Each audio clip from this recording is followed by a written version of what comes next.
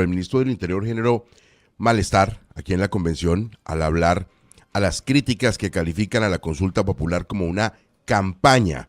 También llamó la atención, como decíamos más temprano, por el afectuosísimo encuentro con la canciller Laura Sarabia. Sebastián, ¿qué dijo Armando Benedetti sobre estos dos asuntos? Sobre la consulta popular, el ministro del Interior, Armando Benedetti, generó un interrogante en medio de su discurso en la convención bancaria que causó molestia en los asistentes. Según el jefe de esta cartera del gobierno, la consulta popular busca que las personas se pronuncien sobre sus derechos laborales. Así fue el momento. Y entre otras cosas, yo no sé por qué le tienen miedo a la consulta. Algunos dicen que es porque cuesta muchísimo, otros dicen que es porque vamos a hacer campaña. Y si fuera así, ¿cuál sería el problema de hacer campaña con base en que unas personas se pronuncien sobre unos derechos laborales, etcétera? No se trata ni de cínico. Por su parte, al ser interrogado por el abrazo afectuoso con la canciller Laura Sarabia en medio del evento, el ministro Armando Benedetti confirmó que limó asperezas. Usted me vio la cara de contento, de tranquilidad y de satisfacción de saludarla. Y ella creo que también tenía la misma. Yo creo que las cosas uno puede decir que están bien. El ministro Armando Benedetti se comprometió a que el gobierno acatará lo que decida la Corte Constitucional sobre la legalidad de convocar una consulta popular a través de un decreto.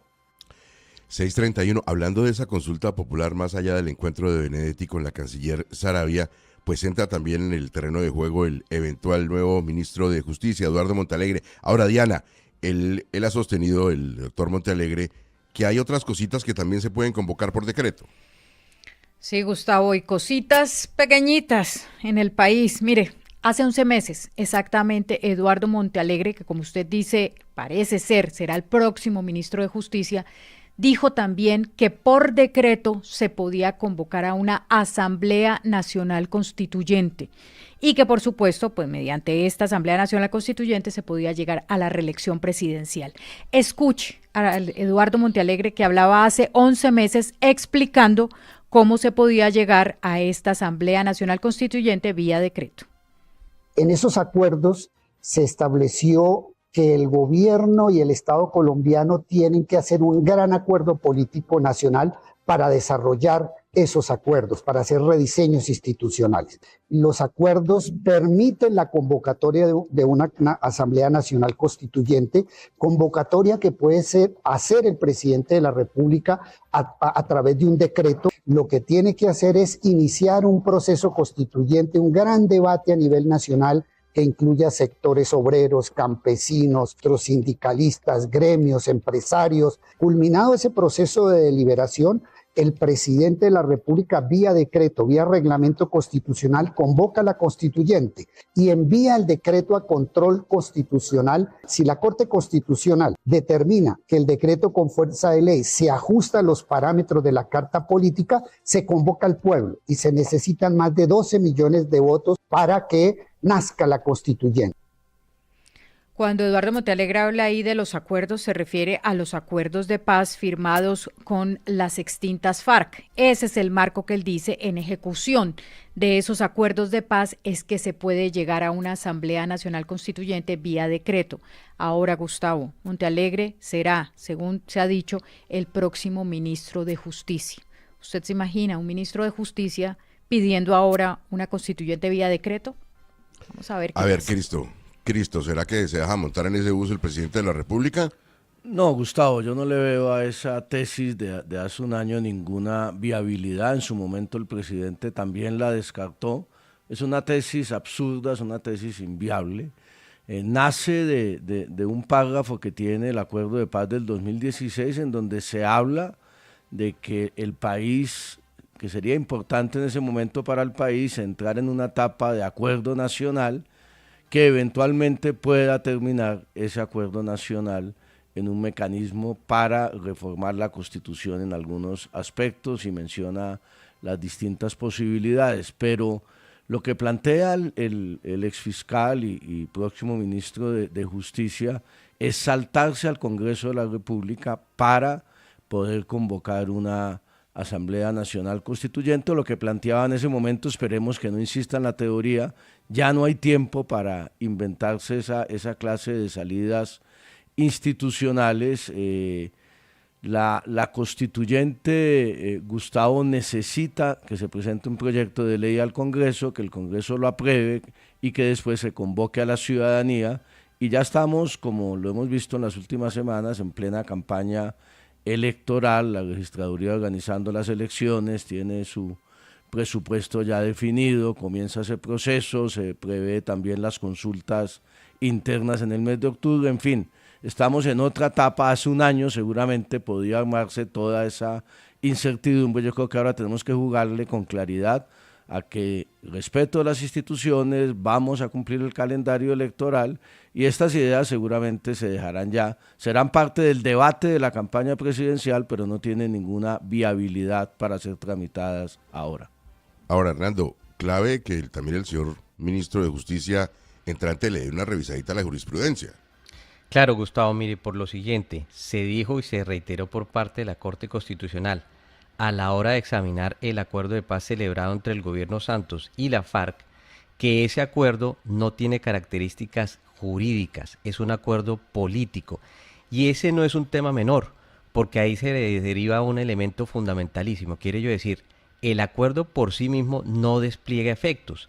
Impone sí obviamente tareas, obligaciones si se quiere para que el Estado las implemente vía los canales institucionales. Por eso recordará usted que todo lo que tiene que ver con el acuerdo pues fue regulado, reglamentado por parte precisamente del Congreso. La Corte además por eso ya estableció que por esa vía no se puede convocar, por ejemplo, como ahora se pretende de manera curiosa, o se pretendía mejor aún hace un año, a una Asamblea Nacional Constituyente, porque de eso no se impone ninguna obligación, ni tampoco se deriva de la misma. En esto además no solamente coincide el dicho de abogados, la cosa juzgada de la Corte Constitucional, sino que los mismos firmantes de ese acuerdo así lo señalan. Si mal no recuerdo, eso fue lo que estableció en su momento el expresidente Santos para dar claridad. Luego es una fugia menor que ni siquiera vale la pena tener en cuenta.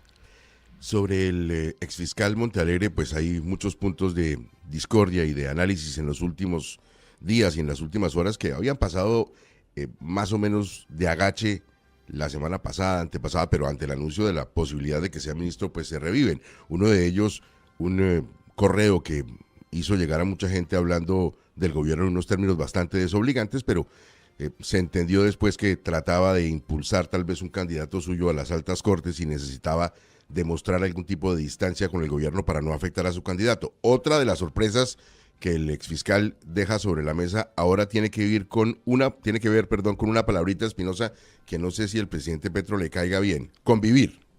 Sí, así es, Gustavo, las convivir, claro, es la sentencia famosa C-57 de 1997 con salvamento de voto de varios magistrados, entre ellos el magistrado Carlos Gaviria, que le dio vida jurídica a las convivir. En aquella época el viceprocurador era el señor Eduardo Montealegre. El procurador se declaró impedido para establecer la opinión de la Procuraduría, que por supuesto no es vinculante, pero pues quedó suscrita en el documento judicial, en la sentencia de la Corte, y quien hizo entonces el texto fue el viceprocurador Montealegre, y en ese documento el viceprocurador Montealegre decía en su tiempo pues que a él le parecía que no era contra la Constitución la creación de las convivir, porque por el contrario son acordes a la obligación que tenemos los habitantes del territorio colombiano de participar en la defensa del Estado para conservar la paz, la tranquilidad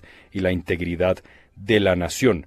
Yo supongo, Gustavo, que si en otra circunstancia quien hubiese escrito esto ahora fuera nominado por un presidente X, Y o Z distinto al presidente Petro para ser ministro de Justicia, el primero que lo criticaría y que recordaría esta opinión jurídica sería el propio presidente Petro.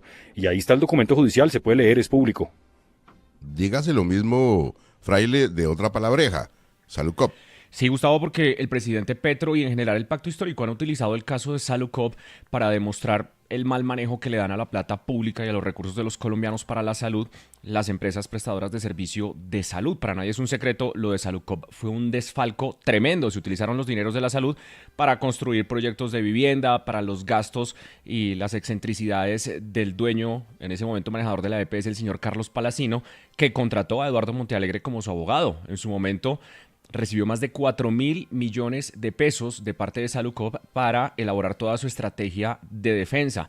En varios editoriales de diarios como El Tiempo y El Espectador, en su momento, cuando terminó el periodo de la Fiscalía de Eduardo Montealegre, se concluyó precisamente que durante su estancia en la Fiscalía el proceso no avanzó. De hecho, se estancó. Y pues abogado de Salukov, luego fiscal, que no movía un dedo para que se moviera el caso Salukov, y hoy pues hace parte del corazón y de la asesoría del gobierno del presidente Petro, que tanto criticó lo que se robaron en Salukov.